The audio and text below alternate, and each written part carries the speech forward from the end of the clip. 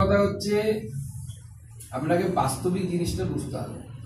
450 kilometre লম্বা fencing ফাঁকা, মানে যেখানে ফেন্সিং নিয়ে বর্ডার ফাঁকা। 300 মিটার দূরে দূরে একটা জওয়ান থাকে, 300 মিটার দূরে দূরে একটা জওয়ান দাঁড়িয়ে থাকে, তারা এদিক থেকে এদিক করতে থাকে। মাঝপথে মাঝরাতে কেউ দৌড় দিল, আপনি হলে ধরতে পারবেন? কেউ পারবে না, সম্ভব নয়। তার কারণ সে ভিতরে ঢুকে যাওয়ার পর পুলিশের কাছ থেকে যে হেল্পটা পাওয়ার কথা সেই হেল্পটা পাওয়া যাচ্ছে না। পুলিশকেও তো বিএসএফ এর সাথে তাল মিলিয়ে কাজ করতে হবে, তবে আপনি পারবেন। ভারতপন্থী সরকার হলে পরে অবশ্যই সে পুলিশের সাথে তাল মিলিয়ে কাজ করবে। আমি এটা বলছি যে আসামে ভারতপন্থী সরকার আছে, পশ্চিমবঙ্গে কি আছে সেটা বলিনি, অথবা আমার মুখে অন্য শব্দ বসাবে। আমি বলেছি ভারতবর্ষে ভারতপন্থী সরকার আসামে আছে।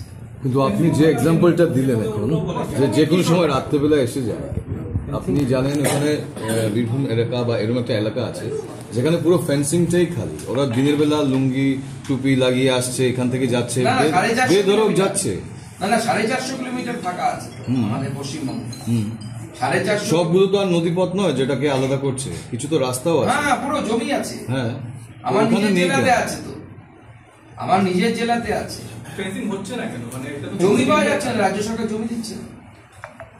রিসেন্টলি আমাদের হোম মিনিস্ট্রি কোর্টে গেছে, এখন রাজ্য সরকার তোড়জোড় শুরু করেছে, দেবে কিনা জানি না। আচ্ছা, মাননীয় 10 বার চিঠি লিখেছে স্বয়ং হোম মিনিস্টার, 10 বার রিমাইন্ডার দিয়ে চিঠি একের পর এক, যে জমি দেওয়া হোক, জমি দেওয়া হোক, জমি দেওয়া হোক।